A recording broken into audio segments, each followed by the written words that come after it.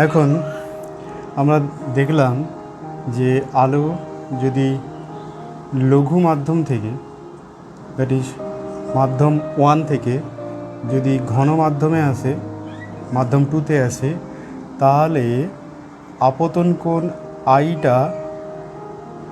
I প্রতিসরণের পরে প্রতিসরণ কোণ যেটা আর এ কনভার্ট হবে সেটা কমে যাবে, অর্থাৎ আই কোণের থেকে আর কোণের মানটা কম হবে লঘু মাধ্যম থেকে ঘন মাধ্যমে প্রতিসরণের ক্ষেত্রে। সেক্ষেত্রে আমরা প্রতিসরাঙ্ক কী রেখেছিলাম? 1μ2 প্রথম মাধ্যমের সাপেক্ষে দ্বিতীয় মাধ্যমে প্রতিসরাঙ্ক, মিউর কোলে যে সংখ্যাটা লেখা থাকবে বা মিউর কোলে যে মাধ্যমটা লেখা থাকবে সেই মাধ্যমেরই প্রতিসরাঙ্ক কার সাপেক্ষে? না প্রথম মাধ্যমের সাপেক্ষে। তো সেটা কত হবে?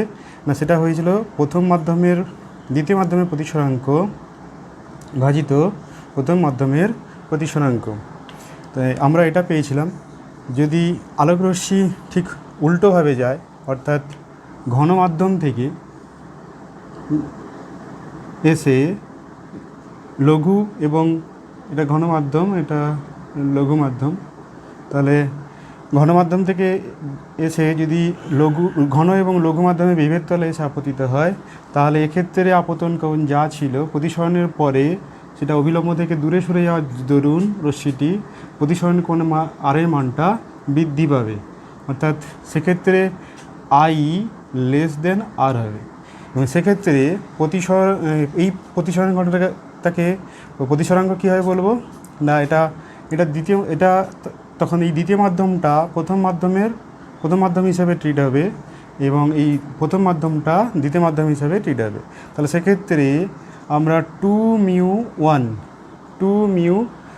যদি লিখি, তাহলে ইজিক্যাল টু কী হবে? μ1/μ2 হবে। অর্থাৎ প্রথমে যে মাধ্যমে আলোটি প্রতিসরিত হচ্ছে সেই মাধ্যমের পরম প্রতিসরাঙ্ক ডিভাইডেড বাই যে মাধ্যম থেকে আলোটা আপতিত হয়েছে তার পরম প্রতিসরাঙ্ক। তাহলে এখানে দেখো, আমরা 2μ1 ছিল যখন রশ্মিটি প্রথম মাধ্যম থেকে দ্বিতীয় মাধ্যমে আসছিল, আবার পরে যখন দ্বিতীয় মাধ্যম থেকে প্রথম মাধ্যমে এসেছিলো তখন দেখো 2μ1, এখানে μ1/μ2। তো এটাকে যদি ঘুরিয়ে লিখি, অর্থাৎ μ2/μ1, অর্থাৎ তখন কী হবে? 1 এটা, অর্থাৎ μ2/μ1 সমান কি? 1μ2। তাহলে অ্যাকচুয়ালি কী দাঁড়ালো? 1μ2 ইজিক্যাল টু 1/2μ1। অর্থাৎ রশ্মিটি প্রথম মাধ্যম থেকে দ্বিতীয় মাধ্যমে প্রতিষ্ঠিত হওয়ার দরুন যে প্রতিসরাঙ্কটা হবে, রশ্মিটি যদি বিপরীতভাবে যায়, দ্বিতীয় মাধ্যম থেকে প্রথম মাধ্যমে যায়, তাহলে সেই প্রতিসরাঙ্কটার অনন্যক নিলে সেক্ষেত্রে দ্বিতীয় মাধ্যমের সাপেক্ষে প্রথম মাধ্যমে প্রতিসরাঙ্ক আমরা পেয়ে যাব। এটা উদাহরণ দিলে তোমাদের বুঝতে সুবিধা হবে। এটা মোস্ট ইম্পর্ট্যান্ট, মনে রাখবে। ধরো রশ্মিটি জল থেকে কাঁচে প্রতিষ্ঠিত হচ্ছে, তাহলে প্রথম মাধ্যম জল, দ্বিতীয় মাধ্যম কাঁচ। তাহলে সেক্ষেত্রে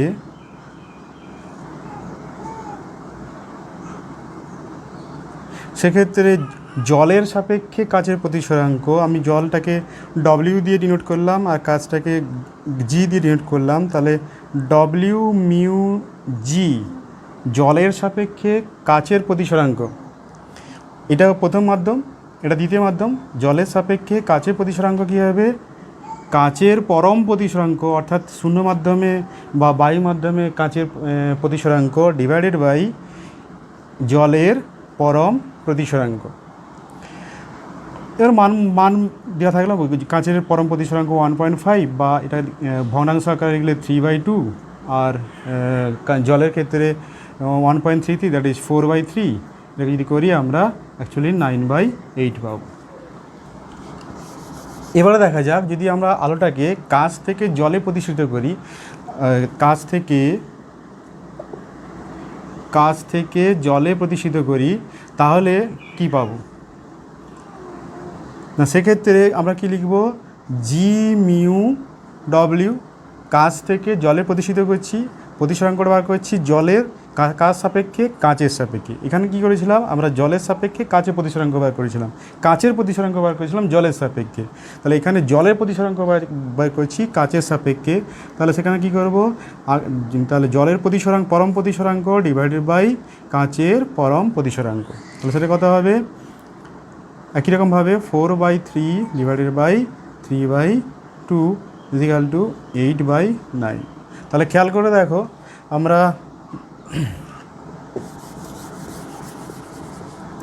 আমরা ডব্লিউ মিউ জি পেয়েছিলাম কত? জলের সাপেক্ষে কাচের প্রতিসরাঙ্ক কত পেয়েছিলাম? 9/8। আর G mu W that is কাচের সাপেক্ষে জলের প্রতিসরাঙ্ক পেয়েছি কত? 8/9। তাহলে এটা কি প্রকাশ করছে? যে 1/8/9 দ্যাট ইজ 1/জি মিউ ডব্লিউ।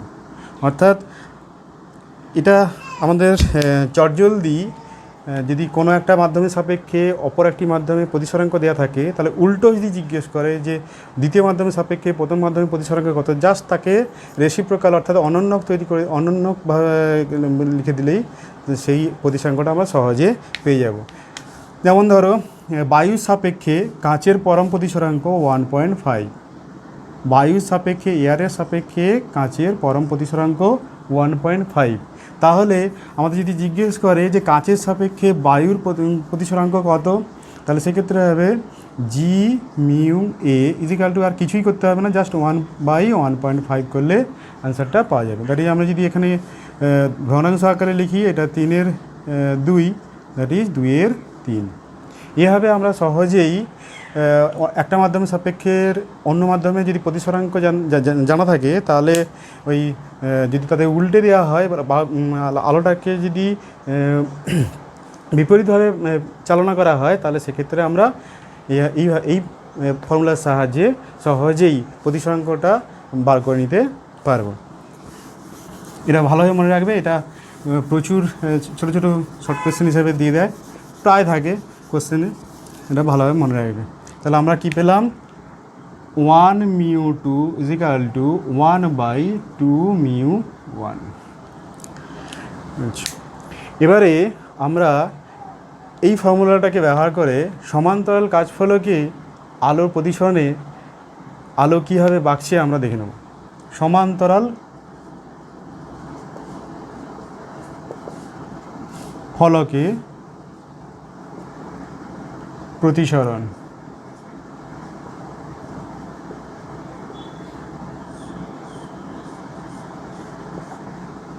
সমান্তরাল ফলক বলতে কি? সমান্তরাল কাজফলক বলতে জাস্ট একটা ইট, তবে মাটির নয়, এটা কাচের তৈরি, ইটের মতো স্ট্রাকচারের একটি কাচের টুকরো, সেটাকে বলা হয় সমান্তরাল কাজফলক। কেননা তার সমস্ত ধারগুলো সমান্তরাল থাকে, পরস্পর বিপরীত যে রেখাগুলো প্রান্তগুলো সেগুলো সমান্তরাল থাকে এবং প্রত্যেকটা 90 ডিগ্রি করে থাকে। আর যে তলগুলো, সেই তলগুলোও সমান্তরালভাবে থাকে। এরকম ধরনের একটা খণ্ডকে বলা হচ্ছে সমান্তরাল কাজফলক।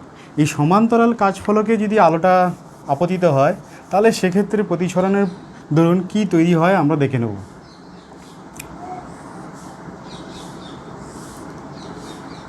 ধর সমান্তরাল কাজফলকটাকে এভাবে রাখা হয়েছে, তো এর ওপরে যে তল আর নিচের যে তল পরস্পর সমান্তরাল, আমরা এইভাবে এঁকেছি। আমরা এই তলটাতে আমরা আলোটা ফেলবো এবং এই তল দিয়ে কীভাবে আলোটা বেরোচ্ছে সেটা আমরা দেখে নেব।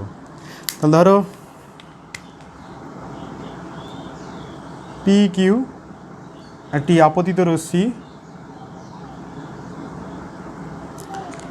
তাহলে আপতন বিন্দু কিউ বিন্দুতে যদি আমরা এই তল এ বি সি ডি, এই এ বি তলের উপর যদি আমরা একটা অভিলম্ব টানি, ধরো N1 N2 যদি টানি, তাহলে এই অবিলম্বের সঙ্গে এই আপতিত রশ্মিটা যে কোণ করছে সেটা হবে এর আপতন কোণ, ধরো I1।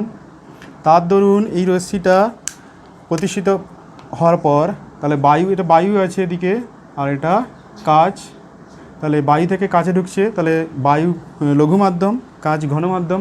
তাহলে তাহলে বায়ু থেকে কাছে প্রবেশ করার সঙ্গে সঙ্গে কী হবে না, আলোর গতিবেগ কমে যাবে, ফলে অবিলম্বের দিকে সরে আসবে। আলোর স্পিড কমে যাওয়ার জন্য অবিলম্বের দিকে সরে আসবে।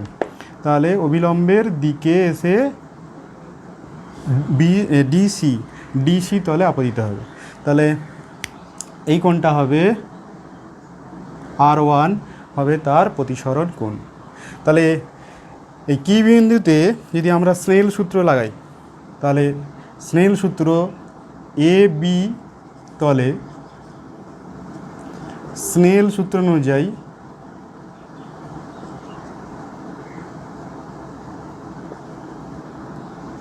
এ মিউ জি, অর্থাৎ এয়ার টু গ্লাস, বায়ু থেকে গ্লাসে প্রতিসরণের ক্ষেত্রে কী ধরবো আমরা, sign I1 by sine R1। আপতন কোণের সাইন বাই প্রতিসরণ কোণের সাইন ইজিক্যাল টু কী হবে, বায়ুর সাপেক্ষে এই ফলকটির প্রতিসরাঙ্ক, দ্যাট ইজ পরম প্রতিসরাঙ্ক, এটা পাবো। আবার দেখো এই রশ্মিটি, এই কিউ ধরো আর রশ্মিটি এ ডিসি তলে পড়ে বায়ুতে, এখানেও বায়ু আছে, বায়ুতে নির্গত হবে। তাহলে এক্ষেত্রে আলোটি ঘন মাধ্যম অর্থাৎ কাছ থেকে বায়ুতে প্রতিষ্ঠিত হচ্ছে। তাহলে এই আর বিন্দুতে যদি আমরা ডিসি তলের উপর অভিলম্ব টানি, তাহলে অবিলম্বের সঙ্গে যে কোণটা করছে সেটা হবে এর ক্ষেত্রে আপতন কোণ। খেয়াল রাখবে, এটা এই কোণটা হবে এর আপতন কোণ। ধরো এটা M1 M2, তাহলে M1 আর কিউ কোণটা হবে ডিসি তলে আপতন কোণ, যে রশ্মিটা কাচের মধ্য থেকে আসছে। আমার এর আগের গল্প মনে রাখার দরকার নেই, জাস্ট এই আপতন বিন্দুতে কোথা থেকে আলোটা আসছে আমরা সেটা দেখব। তাহলে এখানে কি আর বিন্দুতে আপতিত হয়েছে কাচ ফলক থেকে আলোটা আসার পর, তারপর কোথায় যাচ্ছে না বায়ুতে নিঃসরিত হচ্ছে। তাহলে নির্গত রশ্মিটি লঘু মাধ্যমে যাচ্ছে, কাচ ঘন মাধ্যম, লঘু মাধ্যম বায়ু লঘু মাধ্যম, ফলে কী হবে তার স্পিড বাড়বে। স্পিড বাড়লে আমরা জানি সেই রশ্মিটি অবিলম্ব থেকে দূরে সরে যাবে। গাড়ি স্পিড বেড়ে গেলে গাড়ি তাহলে বেশ তার ধার থেকে কি হয়, মাঝের দিকে গাড়ি সরে যায়, আমরা জানি দূরের দিকে সরে যায়। তাহলে তাদের যে সেফ জোন থেকে মাঝের দিকে চলে যায়। ঠিক একই রকমভাবে লাইটের স্পিড বেড়ে গেলে লাইটও অবিলম্ব থেকে দূরে সরে যাবে। তাহলে আমরা এখানে এই অবিলম্ব থেকে যে কোণটা পাচ্ছি সেটা হবে তার প্রতিসরণ কোণ। এটা এ ডিসি তল দিয়ে নির্গত প্রতিষ্ঠিত রশ্মি। এটাকে একটা নাম দিয়ে দিচ্ছি, ধরো PQRS। তাহলে RS হলো ফাইনালি ABCD এই ফলক থেকে নির্গত রশ্মি। তাহলে এখানে তোমরা যখন পরীক্ষাতে লিখবে এগুলোকে ইন্ডিকেট করে দেবে, খুব একদম হিস্টোরিক্যাল ওয়েতে ভাষা লেখার দরকার নেই, জাস্ট ইন্ডিকেট করবে যে PQ আপতিত রশ্মি,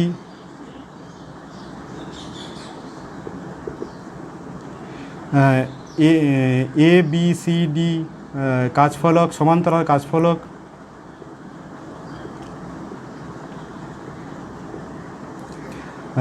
কী বলে RS নির্গত রশ্মি। প্রতিষ্ঠিত রশ্মি লিখবে না, কেন অনেকবার এখানেও প্রতিসরণের পরে কিউ একটা প্রতিষ্ঠিত রশ্মি পাচ্ছি আমরা, RSও প্রতিষ্ঠিত রশ্মি পাচ্ছি। ফাইনালি আমরা আরও ফলক দিয়েও সমান্তরাল ফলক তৈরি করা যায়, তোমাদের সিলেবাসে নেই, তাই যাই হোক এখানে আমরা কী লিখবো, ফাইনালি যে আলোটা বেরিয়ে আসে সেটাকে বলবো আমরা নির্গত রশ্মি।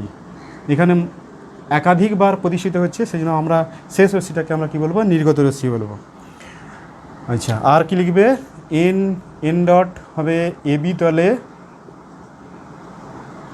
কিউ বিন্দুতে অবিলম্ব।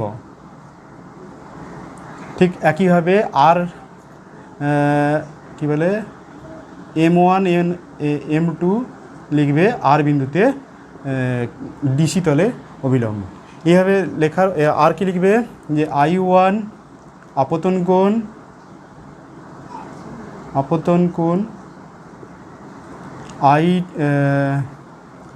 R1 এবি তলে আপাতত কোণ এইভাবে R2 এবং হচ্ছে I2কে ইন্ডিকেট করে দেবে, দিয়ে এভাবে প্রমাণ লেখা শুরু করবে। একদম হিস্টোরিক্যাল ওয়েতে একদম গল্পের মতো করে লেখার চেষ্টা করবে না, এইভাবে ম্যাথামেটিক্যালি লেখার চেষ্টা করবে। তাহলে তোমাদের উত্তরগুলো দেখতে সুন্দর লাগবে আর পড়তেও সুবিধা হবে, পয়েন্টগুলো তোমাদের নিজেদের পরে যখন প্রমাণের সময় খুঁজে পেতেও সুবিধা হবে। তাহলে এবারে ফিরে আসি, আমাদের মূল প্রমাণে ফিরে আসি। তাহলে ডিসি তলে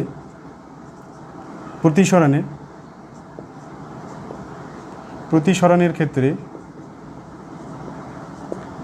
কী লিখবো আমরা, শ্রেণী সূত্র অনুযায়ী কী লিখবো? এক্ষেত্রে উল্টো হচ্ছে, অর্থাৎ আগে রশ্মি ছিল গ্লাসে অর্থাৎ কাচে ছিল, সেখান থেকে রশ্মিটি এয়ারে নির্গত হচ্ছে, বাতাসে নির্গত হচ্ছে। সেটা ইজিক্যাল টু কত হবে না, আপতন কোণের সাইন, আপতন কোণ এখানে হচ্ছে R2, এই কোণটা R2 ডিভাইডেড বাই সাইন, নির্গত কোণ হচ্ছে বা প্রতিসরণ কোণটা হচ্ছে I2।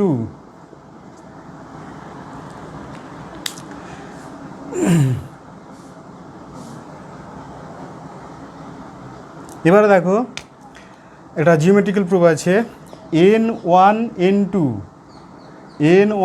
N2 এবি তলের উপর অবিলম্ব, আবার M1 M2 ডিসি তলের উপর অবিলম্ব, আবার এবি এবং ডিসি এরা পরস্পর সমান্তরাল, এবি এবং ডিসি এরা পরস্পর সমান্তরাল।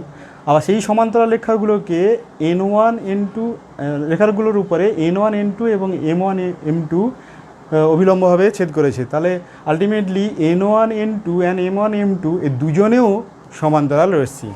তাহলে তোমরা কী লিখবে, যেহেতু, তাহলে আমরা কী পেলাম, এবি এই তলটা এবং ডিসি এই তলটা পরস্পর সমান্তরাল, ডিসি এবং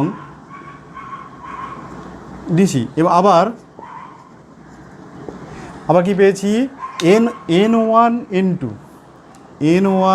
N2 অবিলম্ব কার উপরে, এবি তলের উপরে, এবং M1 M2 অবিলম্ব কার উপরে, ডিসি তলের উপরে। সুতরাং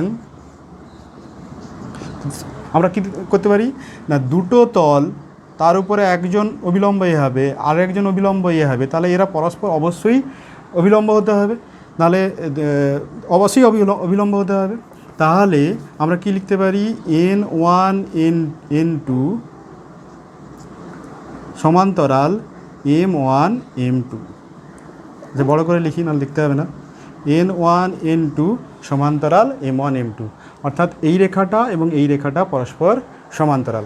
আমরা কেন করছি এই ব্যাপারটা না, আমরা দেখো এখানে I1 R1 R2 I2, দেখো এটা মেজার করতে পারবো, এটা মেজার করতে পারবো, কিন্তু আমরা ফলকের মধ্যে ঢুকে গিয়ে R1 R2 মেজার করতে পারবো না, প্র্যাকটিক্যালি পারবো না। তো সূত্র দিয়ে আমরা পারবো, কিন্তু আমরা প্র্যাকটিক্যালি পারবো না। তো আমরা কি করব, এই R1 R2কে সরিয়ে দেব, আমরা প্রুভ করব যে R1 R2 দেখব যে সমান হচ্ছে কি হচ্ছে না। তবে এবার দেখো আমি অংশটা মুছে দিচ্ছি। তাহলে দেখো এবার আমরা কি পেলাম না, N1 অ্যান্ড N2 একটা রেখা পেলাম, আর একটা রেখা পেলাম M1 M2 রেখা পেলাম। এবার দেখো এই রেখাটাকে QR রেখাটা ছেদ করেছে, তাহলে এই রেখাটাকে QR রেখাটা ছেদ করেছি। তাহলে দুটো সমান্তরাল সরলরেখাকে যদি এইভাবে আরেকটা রেখা যদি ছেদ করে, তাহলে আমরা কি জানি, এই কোণটা সমান একান্তর কোণ, এই কোণটা একান্তর কোণ, এই কোণটা। তাহলে এখানে কোণটা হবে, তাহলে এখানে এই কোণটা হচ্ছে R1 কোণ আর এটা হচ্ছে R2 কোণ। তাহলে আমরা কি পেলাম, যেহেতু N1 N2 সমান্তরাল M1 M2 এবং QR ভেদক, অতএব N2 QR এই কোণটা N2 QR কোণ সমান R1 ইজিক্যাল টু একান্তর একান্তর কি না M1R কিউ কোণ, M1R কিউ কোণ দ্যাট ইজ R2, অতএব R1 সমান R2। এবারে আমরা এটাকে নিয়ে ভাববো, এখানে R1 R2 সমান বেরিয়ে গেছে। এবারে আমরা যদি এটা 2 নম্বর রিলেশন, তাহলে অতএব 1 নম্বর এবং 2 নম্বর সম্পর্ক থেকে পাই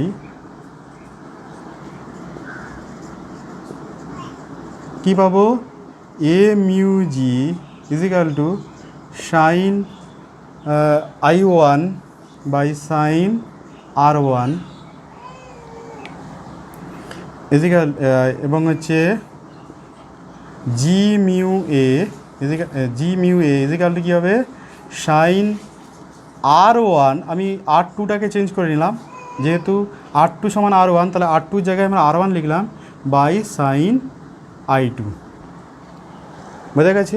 আমরা শুধু সম্পর্ক 2তে R2 র জায়গায় কী করলাম, R1 বসিয়ে দিলাম। এক্ষুনি আমরা দেখলাম যে 1 মিউ 2 প্রথম মাধ্যমের সাপেক্ষে দ্বিতীয় মাধ্যমের প্রতিসরাঙ্ক সমান রেসিপ্রোকাল অফ অনন্যক দ্বিতীয় মাধ্যমের সাপেক্ষে প্রথম মাধ্যমের সাপেক্ষে। এখানে দেখো এয়ারের সাপেক্ষে গ্লাসের প্রতিসরাঙ্ক আর এখানে গ্লাসের সাপেক্ষে এয়ারের প্রতিসরাঙ্ক, তাহলে এদের মধ্যে রিলেশন কী হবে, যেহেতু A mu G equal to 1 by G mu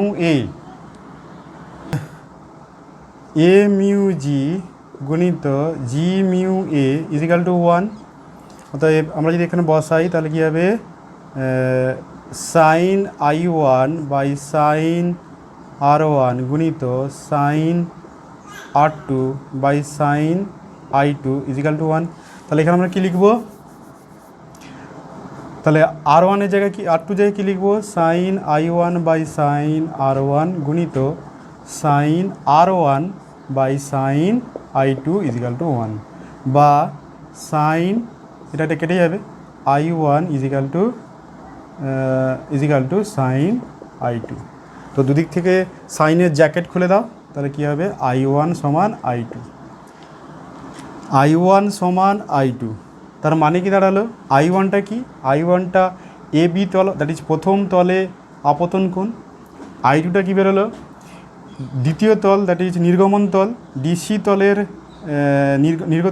নির্গমন কোণ, এরা পরস্পর সমান একই। অর্থাৎ এখানে যদি 30 ডিগ্রি কোণে পড়ে তাহলে এই তলে উল্টো তলে এখানে যদি 30 ডিগ্রি কোণে পড়ে তাহলে এদিক থেকেও নির্গত কোণটা অবিলম্বের সঙ্গে 30 ডিগ্রি কোণেই বেরোবে। সবসময় মনে রাখবে কোণটা কিন্তু তলের সঙ্গে নয়, কোণটা সবসময় অবিলম্বের সঙ্গে কত ডিগ্রি কোণ করে পড়ছে, তাহলে এদিক থেকে যদি পড়ে এদিকেই যাবে।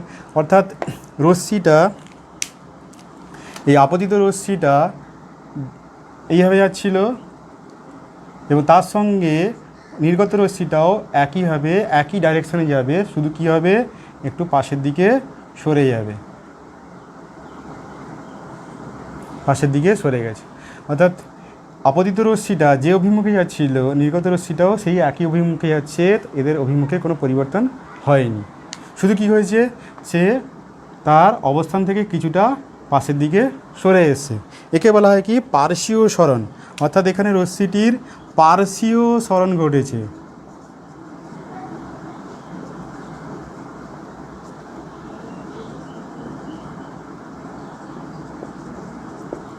আপতিত রশ্মি এবং নির্গত রশ্মির অভিমুখ একই আছে। কেন হচ্ছে না, এরা সমান্তরাল ফলক বলে। যদি তল দুটো সমান্তরাল হওয়ার জন্য এখানে আপতিত রশ্মি এখানে নির্গত রশ্মি একই অভিমুখে যাবে। তাহলে এক্ষেত্রে চ্যুতিগত রশ্মির চ্যুতিগত রশ্মি তার ডাইরেকশান থেকে কত ডাইভার্ট হয়েছে, কতটা সরে গেছে। এখানে রশ্মি যদি দুটি সমান্তরাল হয় তাহলে দিক তো একই দিকে আছে, কোনো এদিকে বা ওদিকে কোনো দিকে যায়নি, তাহলে সেক্ষেত্রে কি চ্যুতি কত হবে, 0 ডিগ্রি। চ্যুতি কত হবে, 0 ডিগ্রি। এটা কীভাবে পাবো, I1 মাইনাস I2 করে দাও, তাহলে কী হবে, 0 ডিগ্রি হয়ে যাবে। I1 I2 মানে দরকার নেই, একই অভিমুখ যেহেতু 0 ডিগ্রি, এই মনে রাখবে।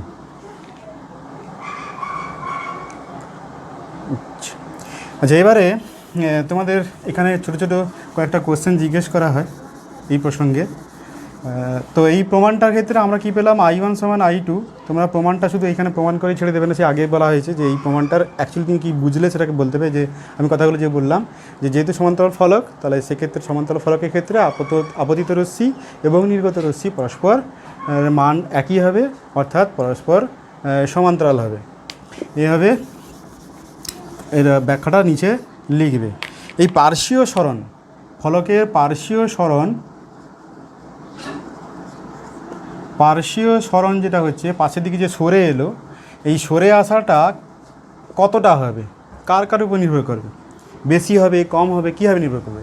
আমরা যদি ফলকটাকে আরও চওড়া নিতাম তাহলে কি পেতাম, তাহলে এই সরণটা আরও বেশি হতো, এই সরণটা আরও বেশি হতো। তাহলে নাম্বার 1, ফলকের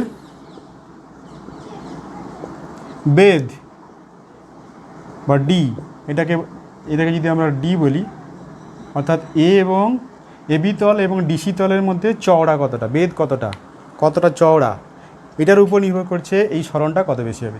এটা হচ্ছে সরণটাকে যদি আমরা ডেল এক্স ধরি, তাহলে del x proportional to D, অর্থাৎ পার্শ্বীয় সরণটা বেশি হবে যদি এর চওড়া বেশি হয়।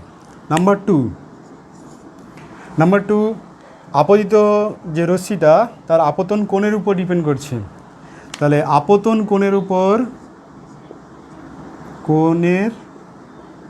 নির্ভর করছে, দ্যাট ইজ আই এর উপর নির্ভর করছে।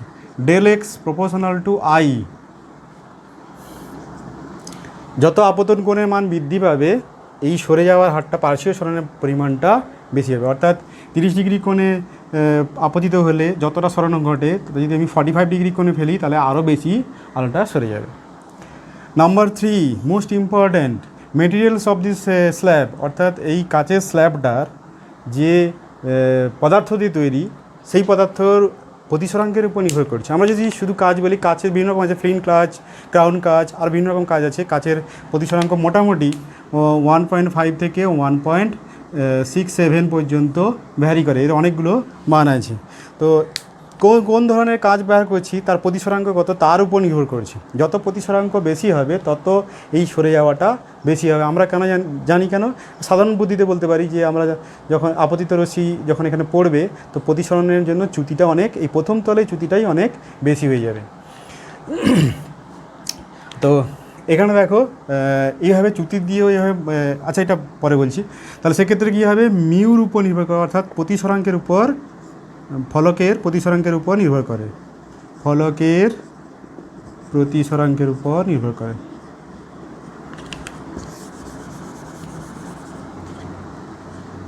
অর্থাৎ মিউর উপর নির্ভর করে। Del x proportional to mu, proportional ঠিক লেখা যায় না, তোমরা এভাবে লিখবে, মিউ বৃদ্ধি পেলে এক্স বৃদ্ধি পায়, এটা জটিল সম্পর্ক আছে, তো এইভাবে লেখা যায় না, বাকিগুলো এইভাবে লেখা যায়। তো এখানে দেখো আমরা একটা হয়তো ব্লক নিলাম, পাতলা কাচের একটা ব্লক নিলাম, ভেতরটা ফাঁপা, সেখানে আমরা জল দিয়ে ফিল আপ করে দিলাম, তাহলে সেক্ষেত্রে জলের একটা স্ল্যাব তৈরি হলো। তো সেক্ষেত্রে প্রতিসরাঙ্কের মানটা আলাদা হবে। আমরা গ্লিসারিন দিয়ে ভর্তি করলাম স্ল্যাবটাকে, তাহলে সেখানে প্রতিসরাঙ্কের মানটা আলাদা হবে। তো আমরা প্লাস্টিক দিয়ে একটা এরকমভাবে স্বচ্ছ প্লাস্টিক দিয়ে একটা ইটের মতো করে নিলাম, স্ল্যাব সমান্তরাল ফলক নিলাম, তাহলে সেক্ষেত্রে প্রতিসরাঙ্কের মানটা একই কোণ একই বেধ থাকা সত্ত্বেও কী বলে পার্শ্বীয় সরণের মানটা আলাদা আলাদা হবে। তাহলে এটা কি মেটেরিয়ালস, কি পদার্থ নিয়ে তৈরি এই ফলকটা তৈরি হয়েছে, তার প্রতিসরাঙ্ক কত তার উপরেও নির্ভর করছে যে এ কতটা সরে যাবে। এই সরে যাওয়া ব্যাপারটা তোমরা চশমার ক্ষেত্রে দেখতে পাবে, যদি সেখানে পাওয়ার কাজে লাগছে। আচ্ছা, যেটা বলছিলাম সেটা যে এখানে যে চ্যুতিটা ডেলটা এভাবে মনে করতে পারো, এখানে ধরো ডেল 1 চ্যুতি হয়েছে এই প্রান্তে এবং এই প্রান্তে ডেল 2 চ্যুতি হয়েছে। তো ডেল 1 চ্যুতিটা যদি আমরা মানে কী বলে অবিলম্বের দিকে সরে আসাটাকে যদি প্লাস ধরি, তাহলে অবিলম্ব থেকে দূরে সরে যাওয়াটা কী করব, মাইনাস ধরব। তাহলে এই দুটো চ্যুতি কত হয়েছে না, ডেল 1 প্লাস ডেল 1 2, কিন্তু এখানে যেহেতু বিপরীতমুখী তাহলে এখানে মাইনাস নিয়েছি, দুটোর পরিমাণ একই হয়েছে, যেহেতু আপতন করে এবং নির্গমন করে পরিমাণটা একই। আর এখানে আপতন কোণ এখানে আপতন কোণ এখানে আপতন কোণ এবং নির্গমন কোণের মানটা একই হয়েছে, আর এখানে প্রতিসরণ কোণ, এখানে আপতন কোণের পরিমাণটা একই হয়েছে, তাহলে del I1 is equal to del I2, তাহলে এখানে কত হবে minus del I1 is equal two 0। এইভাবেও তোমরা জাস্ট বোঝার জন্য সুবিধার জন্য বললাম যে এই দুটো চ্যুতি মিলেও এখানে টোটাল চ্যুতিটাকে 0 করছে। এরা আমরা প্রিজমের ক্ষেত্রে দেখবো এইভাবে ডেল দিয়ে হিসাব করলে সুবিধা হয়। তাহলে এই যে পার্শ্বীয় সরণটা কোন কোন বিষয়ের উপর নির্ভর করে সেটা এভাবে মনে রাখবে। নাম্বার 4 একটা পয়েন্ট আর নিতে 4 নিতে পারো, সেটা হচ্ছে রশ্মির তরঙ্গ দৈর্ঘ্যের উপর, তরঙ্গ দৈর্ঘ্যের উপর অর্থাৎ রঙের উপর, বর্ণ বা রঙের উপর নির্ভর করে। অর্থাৎ একই ফলক, একই চওড়ার ফলক, একই মেটেরিয়ালস, কোনো একই, কিন্তু যদি আমরা বিভিন্ন কালারের লাইট ফেলি তাহলে সেখানে পার্শ্বীয় সরণটার পরিমাণটা কিন্তু আলাদা আলাদা হবে। কীভাবে হবে? লাল আলোর ক্ষেত্রে চ্যুতি ডেল্টা আর মিনিমাম হবে, সবচেয়ে মিনিমাম ডেল্টা আর বলছি ডেল এক্সটা মিনিমাম হবে, এবং সেটা হচ্ছে del x violet, that is বেগুনি আলোর ক্ষেত্রে ম্যাক্সিমাম হবে।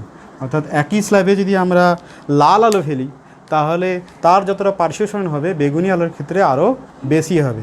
তাহলে আমরা লাল থেকে বেগুনির দিকে যত শিফট করতে থাকবো, লাল, কমলা, সবুজ, হলুদ, সবুজ যত যেতে থাকবো, তো এই পার্শ্বীয় সরণের পরিমাণটা বেশি হতে থাকবে।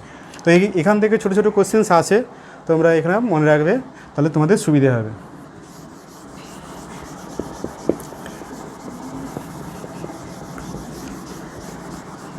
জিওমেট্রিক্যাল অপটিক্সে আরও একটা লাস্ট প্রমাণ যেটা আছে সেটা হচ্ছে আমরা লাইটের প্রতিসরণটা, আলোর প্রতিসরণটা আমরা প্রিজমে কীভাবে হয় সেটা দেখে নেব। প্রিজমের ক্ষেত্রে কীভাবে হয়,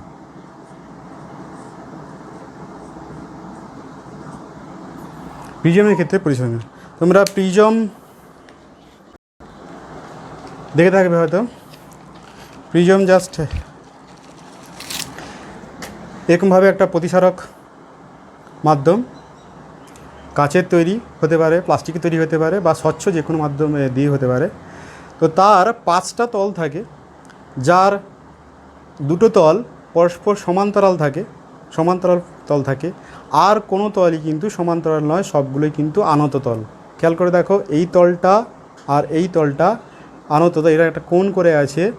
আবার ঠিক একই রকমভাবে এই তলটা আর এই তলটা এটাও কোণ করে আছে।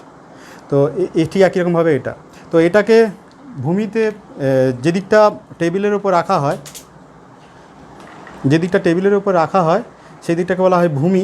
এই অংশটাকে ভূমি, আর তার ভূমি বাদ দিয়ে যে দুটি তল থাকে, আনত তল থাকে, সেই তল দুটিকে আমরা প্রতিসারক তল হিসাবে আমরা ব্যবহার করব।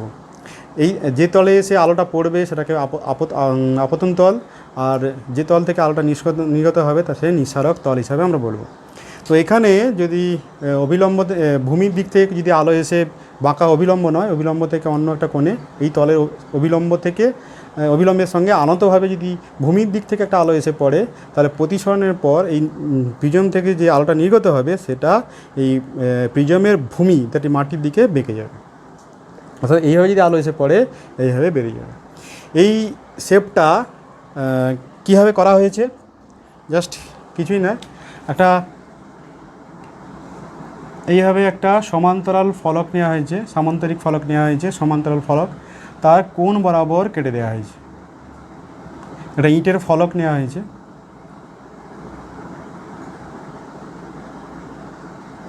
সামান্তরিক ফলক, তাই কোণ বরাবর কেটে দেওয়া হয়েছে, তাহলে এরকমভাবে আমরা টুকরো দুটো পাবো। তো বোর্ডে যেটা আঁকা হয়েছে সেটা এভাবে আঁকা হয়েছে, এভাবে আমরা আঁকবো। তার আনত তল দুটো এইভাবে রাখা হয়েছে। আমরা আলোর রশ্মি এইভাবে ফেলবো, এইভাবে নির্গত হবে। কারণ এইভাবে আঁকলে আমরা আঁকতে পারবো না, সেই জন্য আমরা 2Dতে আঁকতে পারবো না, সেই জন্য আমরা এইভাবে আঁকবো। তো এটা তার একটা প্রস্থচ্ছেদ, অর্থাৎ অনেক বড় প্রিজম থেকে একটা ছোট টুকরো কেটে নেওয়া হয়েছে প্রতিসরণ করানোর জন্য। তো এর যে নিচের পোর্শনটা থাকে এটাকে বলা হয় ভূমি, আর এই তলটাকে বলা হয় আপতন তল, আর এটাকে বলা হয় নির্গমন তল। এই দুটি তল আলোর রশ্মি প্রতিসরণের জন্য ব্যবহার করা হবে। আর ঠিক ভূমির উল্টো দিকে ভূমির বিপরীতে যে কোণটা করছে সেই কোণটাকে বলা হবে প্রতিসারক কোণ। তো আমাদের ল্যাবে যেগুলো আছে সেগুলো সবগুলোই বেশিরভাগ ক্ষেত্রেই সবগুলোই সমবাহু ত্রিভুজ, অর্থাৎ প্রত্যেকটা কোণই 60 ডিগ্রি। তোমরা যেদিকেই রাখো না কেন প্রত্যেকটা প্রতিসারক কোণের মানটা 60 ডিগ্রি হবে। এছাড়াও লম্ব প্রতিসারক অভিলম্ব প্রিজমও আছে। সমদ্বিবাহু সমদ্বিবাহু প্রিজমও ব্যবহার করা হয় বিভিন্ন ক্ষেত্রে। সমদ্বিবাহু প্রিজমটাই বেশি ব্যবহার করা হয়, পেরিস্কোপ টেলিস্কোপ তৈরি করতে ব্যবহার করা হয়। তো তোমাদের সিলেবাসের নেই, তো বাদ দাও, সেগুলো পরে কোনো একদিন আলোচনা করা যাবে। তো এই প্রিজমে আলো যদি আপতিত হয়, তাহলে একটা প্রিজম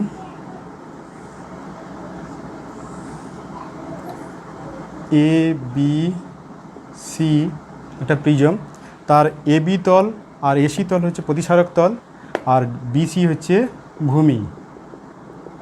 এই এবি তলে যদি একটা আলোক রশ্মি এসে পড়ে,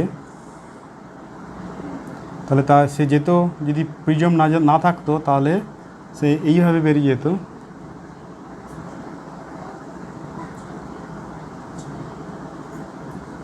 এইভাবে বেরিয়ে যেত।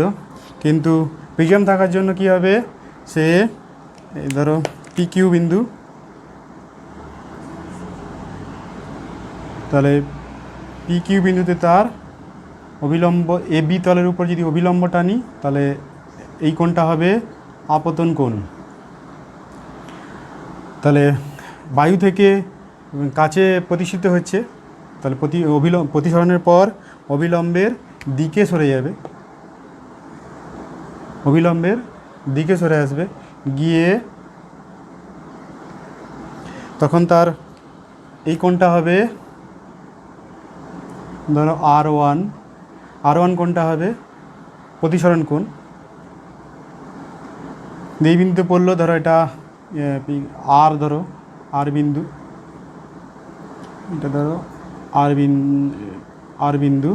তাহলে আর বিন্দুতে পড়ার পরে, তাহলে আর বিন্দুতে যদি আমরা অভিলম্ব টানি,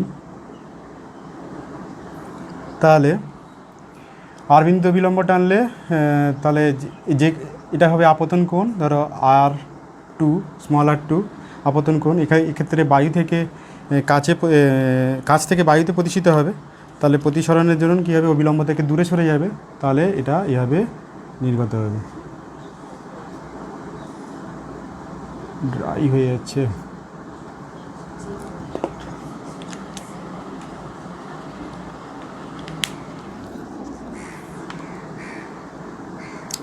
তাহলে এটা হবে তার নির্গমন কোণ।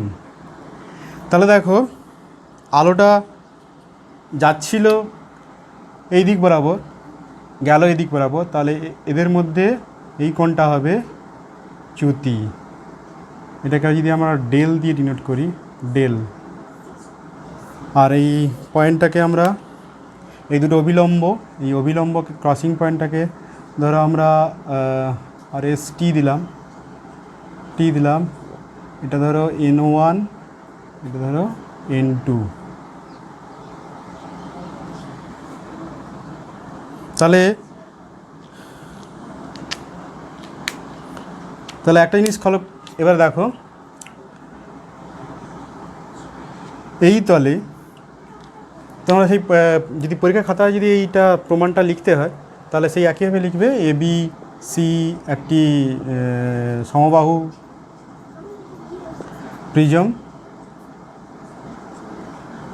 প্রিজম, পি কিউ আপতিত রশ্মি, আর এস নির্গত রশ্মি, কী বলে I1 আপতন কোণ, I2 নির্গমন কোণ, আর বিসি হচ্ছে ভূমি। আর এই কোণটাকে বলা হয় প্রতিসারক কোণ। একে এ কোণ দিয়ে ডিনোট করা হয়, বা তোমরা BAC কোণও বলতে পারো। তো এই কোণ দিয়ে ডিনোট করা হয়, এটা হচ্ছে প্রতিসারক কোণ। এবার সরাসরি চলে যাচ্ছি এখানে প্রমাণের ক্ষেত্রে, যে এখানে আমরা ডেল্টা চ্যুতি, এই চ্যুতিটা নির্ণয় করব, যে এই প্রিজমটায় এই আলোটা পড়ার ফলে আলোর রশ্মিটা চ্যুতিটা কতটা হয়েছে, অর্থাৎ এখানে ডেল্টা এইটা কত, এই কোণ অ্যাঙ্গেলটা কত হয়েছে। আপতিত রশ্মি আর নির্গত রশ্মির মধ্যে কোণের পার্থক্য কত হয়েছে। তাহলে এখানে দেখো প্রিজমটা দুবার চ্যুত হয়েছে, একবার কিউ বিন্দুতে তার গতিপথ পরিবর্তন করেছে, আরেকবার আর বিন্দুতে তার গতিপথ পরিবর্তন করেছে।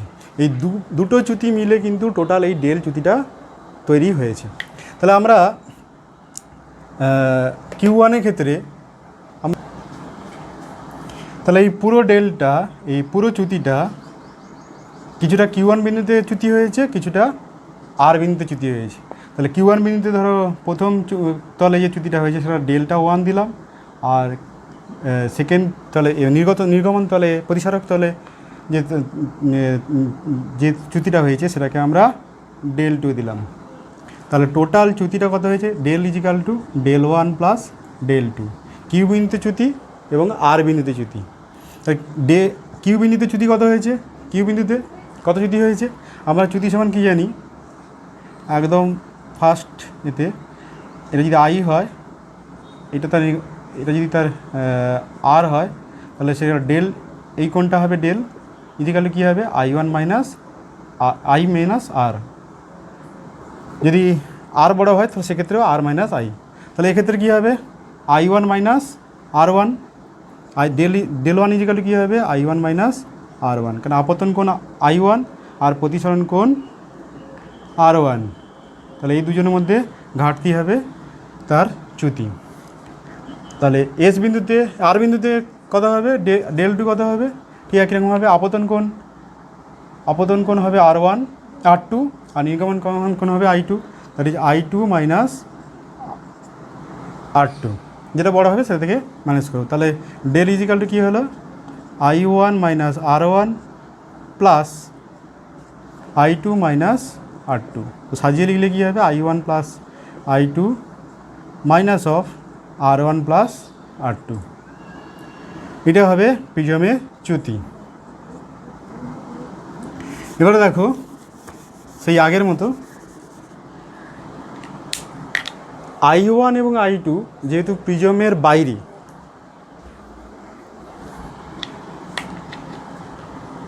এই প্রিজমটা যদি এভাবে হয় তাহলে আই ওয়ান এবং আই টু, আই ওয়ান এপাশে আর আই টু এদিকটায়, তাহলে এটা আমরা মেজার করতে পারবো। কিন্তু আর ওয়ান এবং আর টু এই টার্ম দুটো প্রিজমের মেটেরিয়ালসের ভেতরে হচ্ছে, তো সেটা আমাদের মেজার করা যাবে না। তাই এটাকে আমরা এই ইকুয়েশন থেকে সরাবার চেষ্টা করব। কী হচ্ছে দেখো, এবার যদি আমরা এ কিউ টি আর এই চতুর্ভুজটা নিই, চতুর্ভুজ এ কিউ টি আর এই চতুর্ভুজটা নিই, আমরা জানি চতুর্ভুজের চারটি কোণের সমষ্টি কত 360 ডিগ্রি। শর্টে লিখছি এ কোণ প্লাস কিউ কোণ, কিউ কোণ that is A Q T কোণ, এ কিউ টি কোণ প্লাস কিউ টি আর কোণ প্লাস এ আর টি কোণ ইজিক্যাল টু কত 360 ডিগ্রি। এই কোণটা, এই পুরো কোণটা, এই কোণটা এবং এই কোণটা 360 ডিগ্রি। এর মধ্যে দেখো এ কোণ আমরা জানি প্রতিসারক কোণ, এবং এ কিউ টি কোণ আর এ আর টি কোণ এটাও আমরা জানি। এ কিউ টি কোণ আর এ আর টি কোণ এটাও আমরা জানি।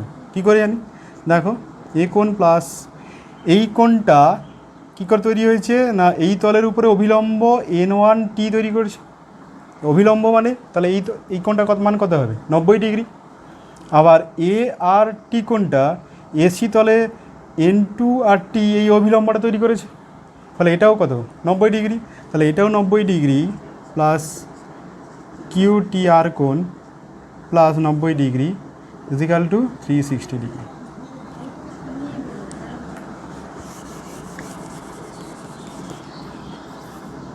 তাহলে এ কোণ প্লাস কিউ টি আর কোণ 90 90 180, 180 ওদিকে গেলে 360 degree minus 180 degree that is 180 degree. তাহলে এ কোণ প্লাস কিউ টি আর কোণ কিউ টি আর কোণ সমান 180 ডিগ্রি। তাহলে কিউ টি আর কোণ সমান 180 ডিগ্রি মাইনাস এ কোণ, এটা 2 নম্বর রিলেশন। তাহলে এই কোণটা সমান হবে 180 ডিগ্রি মাইনাস এ কোণ। এবারে আমরা এই কিউটি আর কোণের মানটা বের করে নেব। কিউটি দেখো এই কোণটা আমরা মেজার করতে পারবো, আমরা এই প্রিজমটা খণ্ডটা প্রত্যেকটা কোণের মাপ কতটা, সেক্ষেত্রে আমরা এই প্রিজমের প্রতিসারক কোণের মানটা আমরা জানি নোন, কিন্তু এটা আমাদের আননোন। তাহলে এটাকে আবার সরাতে হবে। তাহলে এটা সরানোর উপায় কি, আমরা এই ত্রিভুজটা ধরে নেব, এই ত্রিভুজটা ধরে নেব। এই ত্রিভুজটা ধরে নিলে তাহলে কোণ কিউ টি আর এই ত্রিভুজের ক্ষেত্রে তিনটি কোণের সমষ্টি কত, 180 ডিগ্রি। তাহলে এই কোণটা প্লাস এই কোণটা প্লাস এই কোণটা কত, 180 ডিগ্রি। তাহলে ওটা কত, আর কিউ টি কোণ, আর কিউ টি কোণ প্লাস কিউ টি আর কোণ, কিউ টি আর কোণ প্লাস টি আর কিউ কোণ বা কিউ আর টি কোণ বা কিউ আর টি কোণ সমান কত, ত্রিভুজে তিনটি কোণের সমষ্টি 180 ডিগ্রি। আবার আমরা জানি এই আর কিউ টি কোণ, দ্যাট ইজ এই কোণটা প্রতিসরণ কোণ R1 plus Q T R কোণ তো আমরা জানি না, প্লাস এটা কত, এটা দ্বিতীয় তলে আপতন কোণ, সেটা R2 ইজিক্যাল টু কত, 180 ডিগ্রি। আর এই কোণটা সমান কি জানি, এক্ষুনি বেরিয়েছে 180 ডিগ্রি মাইনাস এ কোণ। তাহলে R1 plus R2 is equal two কত, 180 degree minus Q T R কোণ ইজিক্যাল টু কত, 180 ডিগ্রি মাইনাস 180 ডিগ্রি মাইনাস এ কোণ। তাহলে কিউটি আর এর জায়গায় কী করলাম, আমরা এই মানটা বসিয়ে দিলাম।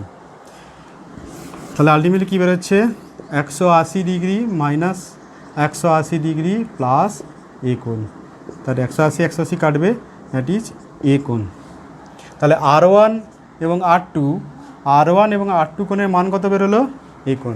তাহলে আমাদের যে একদম এক নম্বর সম্পর্ক ছিল delta equal to I1 plus I2 minus of R1 plus R2।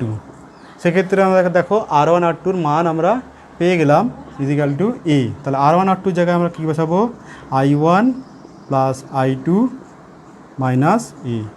তাহলে একটা প্রিজমের চ্যুতি, যে কোনো চ্যুতি, যে কোনো কোণে আপতনের ফলে তার চ্যুতিটার মান কত হবে, I1 প্লাস I2 মাইনাস এ। এটাই প্রমাণ থাকে, অনেক বড় প্রমাণ, এটা প্রমাণ থাকে, ভালো করে প্র্যাকটিস করবে। সেই আগের মতোই বলবো যে তোমরা প্রমাণটা করার পর এখানে এসে থেমে যাবে না, প্রমাণ করতে বলা থাকবে যে চ্যুতি কী বলে প্রিজমের রশ্মির চ্যুতি প্রতিসরণ কোণ এবং আপতন কোণের দরুন বিভিন্ন কোণে আপতনের দরুন চ্যুতি কতটা হয় তার সম্পর্কগুলি নির্ণয় করো, বা প্রিজমে আলোরশ্মির চ্যুতির সঙ্গে আপতন কোণের এবং প্রতিসারক কোণের সম্পর্কটি প্রতিষ্ঠা করো, এরকমভাবে থাকবে। তাহলে এটা নম্বর দিয়ে দিবে, যে নম্বর 3 ধরো ইকুয়েশন কী বলে সমীকরণ বা সম্পর্ক 3টি নির্দেশ করছে যে প্রিজমের চ্যুতিটি তার প্রতিসারক কোণ এবং আপতন কোণের উপর নির্ভরশীল। এক্ষেত্রে I2-র উপর নির্ভরশীল নয়, কেন যদিও মানটা আছে, কিন্তু I2 আমরা I1-এর সাপেক্ষে আমরা I2 পাবো। তা I1-এর মান চেঞ্জ হলে I2-র মান আলাদা আলাদা হবে। তো I1-এর জন্য I2 পাবো, সেই জন্য I2 আলাদা করে বলার দরকার নেই, আমরা প্রতিসারক কোণ, প্রিজমের প্রতিসারক কোণ এবং আপতন কোণের মানের উপর নির্ভরশীল বলে দেবো। একটা স্পেশাল কেস, যদি আমরা বিভিন্ন কোণে আপতন রশ্মিগুলোকে ফেলি, বিভিন্ন কোণে যদি রশ্মিগুলো ফেলি, তার জন্য বিভিন্ন চ্যুতি পাবো। এটা ধরো 1, এটা 2, এটা 3, তাহলে ডেল্টা 1, ডেল্টা 2, ডেল্টা 3 বিভিন্ন I1 কোণের জন্য আপতন, I2 কোণের জন্য, I3 কোণের জন্য পাবো। তো সেগুলোকে যদি আমরা প্লট করি গ্রাফিক্যালি, বিভিন্ন মান নিয়ে একটা প্রিজম থেকে প্রিজমের সঙ্গে বিভিন্ন আপতন কোণে রশ্মিগুলো ফেলে তার দরুন আমরা যদি আমরা চ্যুতিগুলোকে মেজার করি, তাহলে আমরা এইভাবে একটা গ্রাফ পাবো, এইভাবে একটা গ্রাফ পাবো, যার এক্স অক্ষটা ধরো আপতন কোণ আর ওয়াই অক্ষটা চ্যুতিকে নির্দেশ করছে। তাহলে দেখবে প্রথমে চ্যুতিটা বেশি থাকবে, পরে যখন আপতন কোণের মানটা বাড়াবো তো তার মানটা আস্তে আস্তে চ্যুতির মানটা আস্তে আস্তে কমতে থাকবে এবং একটা নির্দিষ্ট আপতন কোণের জন্য ডেল্টা চ্যুতিটা সর্বনিম্ন হবে। এটা নির্দিষ্ট আপতন কোণ, এটা ধরো আমরা এখানে 30 ডিগ্রি, এটা এখানে ধরো 32 ডিগ্রি, এখানে ধরো 33 ডিগ্রি, এরকম করে বাড়াতে বাড়াতে বাড়াতে এটা দেখো ধরো এটা 37 ডিগ্রি সেলসিয়াস 36 ডিগ্রি আপতন কোণের জন্য এই চ্যুতির মানটা কমতে কমতে একটা সর্বনিম্ন হবে এবং তারপরে যখন আবার বাড়তে থাকবো 38, 40, 42 এভাবে বাড়তে থাকবো, তখন আবার চ্যুতিটা বাড়তে থাকবে। তো এই যে আপতন কোণের জন্য চ্যুতির মানটা সর্বনিম্ন হলো, সেই আপতন কোণটাকে ন্যূনতম চ্যুতির জন্য বিবেচনা করা হয় এবং তার জন্য যে চ্যুতিটা হবে সেটাকে বলা হবে ন্যূনতম চ্যুতি। সেটাকে ডেল্টা এম দিয়ে প্রকাশ করা হয়। তাহলে নর্মাল চ্যুতি কত হলো? I1 + I2 - a, আর ন্যূনতম চ্যুতির ক্ষেত্রে ডেল এম যখন হবে তখন কত হবে? তখন দেখব যে আমরা প্রিজমে যে আপতন কোণ I1 এবং প্রিজম থেকে নির্গত কোণ I2 এই দুটো সমান হবে। তাহলে আমরা ডেল এম সমান কী পাবো? ধরো I1 = I2 = ধরো I, তাহলে সেক্ষেত্রে 2I - a। শুধু সেক্ষেত্রে I1 I2 সমান হবে না, ভেতরে যে R1 R2 সেটাও সমান হবে। তো সেক্ষেত্রে এ যদি থাকে তাহলে R1 R2 পরিমাণটাও ইজিক্যাল টু ধরো R, তাহলে A = 2R। তো এটা মনে রাখবে ডেল্টা এম এর মান। আর এটা দিয়ে এবছর কোশ্চেন ছিল, তো এটাও মনে রাখবে এবং এই গ্রাফটা প্র্যাকটিস করবে। তো ডেল্টা এমকে বলা হবে ন্যূনতম চ্যুতি, আর এই কোণটাকে বলা হবে যে আপতন কোণের জন্য এই মানটা ডেল্টা এমটা পাওয়া গেল সেটাকে বলা হবে ন্যূনতম চ্যুতির আপতন কোণ, মনে রাখবে। আচ্ছা, এক্ষেত্রেও চ্যুতিটা নির্ভর করছে কোন কোন বিষয়ের উপরে, ঠিক একই রকমভাবে স্ল্যাবের যে ক্ষেত্রে যেটা হয়েছিল এক্ষেত্রেও সেই একই রকমভাবে হবে। নাম্বার 1, প্রিজমের উপাদানের প্রতিসরাঙ্ক বা মিউর উপর নির্ভর করবে। আপতিত আলোর আপতন কোণের জন্য হবে, আপতন কোণের উপর নির্ভর হবে, কোণের উপর নির্ভরশীল দেখতেই পাচ্ছ। আপতন কোণ আলাদা আলাদা হলে চ্যুতি আলাদা আলাদা হবে। নাম্বার 3, আপতিত রশ্মির বর্ণের উপর বা তরঙ্গ দৈর্ঘ্যের উপরে, রশ্মির তরঙ্গ দৈর্ঘ্যের উপরে ল্যামডা বা বর্ণের উপরে। বর্ণ আলাদা আলাদা হলে তার চ্যুতি আলাদা আলাদা হবে। এই বর্ণ আলাদা আলাদা হলে, তরঙ্গ দৈর্ঘ্য আলাদা আলাদা হলে তার চ্যুতি আলাদা আলাদা হয় বলেই যখন আমরা একসঙ্গে কোনো যৌগিক আলো অর্থাৎ মিক্সড, অর্থাৎ কোনো সাদা আলো যদি সিম্পলি ধরে নিই, একটা সাদা আলো যদি ফেলি, তাহলে প্রত্যেকটা সাদা আলোর ভিতরে যে রঙগুলো আছে তাদের তরঙ্গ দৈর্ঘ্য আলাদা আলাদা, অর্থাৎ তাদের চ্যুতি আলাদা আলাদা হবে, অতএব তারা বিভিন্ন কোণে নির্গত হবে। সেই জন্য আমরা যদি সাদা আলো ফেলি, এপাশে যদি একটা পর্দা রাখি, তাহলে সেক্ষেত্রে তার থেকে আমরা 7টা বর্ণ আলাদা আলাদা জায়গায় দেখতে পাই। সেটাকে আমরা কি বলি? বর্ণালী বলি। তো এই বিভিন্ন তরঙ্গ দৈর্ঘ্য আলাদা হওয়ার জন্য চ্যুতি আলাদা আলাদা হয়, সেজন্য আমরা এইভাবে দেখতে পাই। তো এক্ষেত্রে তোমাদের এমনি নর্মাল কোশ্চেন প্রত্যেকটা বইতে পাওয়া যায়, যেটা যে আলোক কী বলে, লাল আলোর ক্ষেত্রে সেই একই রকমভাবে যদি তরঙ্গ দৈর্ঘ্য বড় তাহলে চ্যুতি কম হবে লাল আলোর ক্ষেত্রে। কেন সেটা একদম র্যালের ক্রাইটেরিয়া অনুযায়ী বলবো, র্যালের নিয়ম অনুযায়ী বলবো, সেটা এখন স্কিপ করে যাচ্ছি। তো লাল আলোর ক্ষেত্রে চ্যুতিটা ডেল আর সবচেয়ে মিনিমাম হবে, আর এইভাবে তারপরে হলুদ, কমলা, হলুদ, লাল, সবুজ, এইভাবে নীল, আকাশি নীল, আর হচ্ছে আকাশি নীল, নীল এবং বেগুনি ক্ষেত্রে ধীরে ধীরে চ্যুতিটা বাড়তে থাকবে। তো তোমাদের কোশ্চেন থাকে যে যদি প্রিজমে যদি লাল আলো ফেলা হয় তা সেক্ষেত্রে যে চ্যুতি হবে, আর বেগুনি আলো যদি ফেলা হয় সেক্ষেত্রে যে চ্যুতি হবে, দুটোর মধ্যে কোনটা কম বেশি হবে, এটা প্রায় প্রত্যেকটা বইতে আছে। কিন্তু এভাবে দিয়ে দিতে পারে যে রশ্মি যদি প্রিজমে যদি এক্স রশ্মি ফেলা হয় আর মাইক্রোওয়েভ ফেলা হয়, তাহলে সেক্ষেত্রে চ্যুতিটা কী হবে। তো সেক্ষেত্রে মনে রাখবে যে মাইক্রোওয়েভ আর ইনফ্রারেড এই সবগুলোই লাল আলোর থেকে বেশি তরঙ্গ দৈর্ঘ্যের, দুর্বল তরঙ্গ দৈর্ঘ্য, দুর্বল রশ্মি তাদের তরঙ্গ দৈর্ঘ্য অনেক বেশি। আবার এক্স রশ্মি বেগুনি আলোর থেকে অনেক বেশি স্ট্রং, তাদের তরঙ্গ দৈর্ঘ্য অনেক কম। তো সেক্ষেত্রে যেভাবে এই নিয়ম অনুযায়ী যেভাবে তরঙ্গ দৈর্ঘ্য কম হলে চ্যুতি বেশি, তরঙ্গ দৈর্ঘ্য বেশি হলে চ্যুতি কম, সেই নিয়ম অনুযায়ী হবে। অর্থাৎ মাইক্রোওয়েভে চ্যুতি কম হবে, গামা রশ্মির চ্যুতি অনেক বেশি হবে।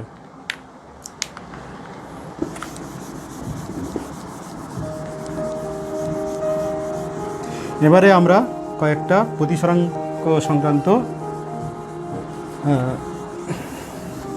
সংক্রান্ত কয়েকটা অঙ্ক দেখে নেব, কীভাবে চটজলদি সহজে এখান থেকে অঙ্কগুলো করা যায় সেটা দেখে নেব।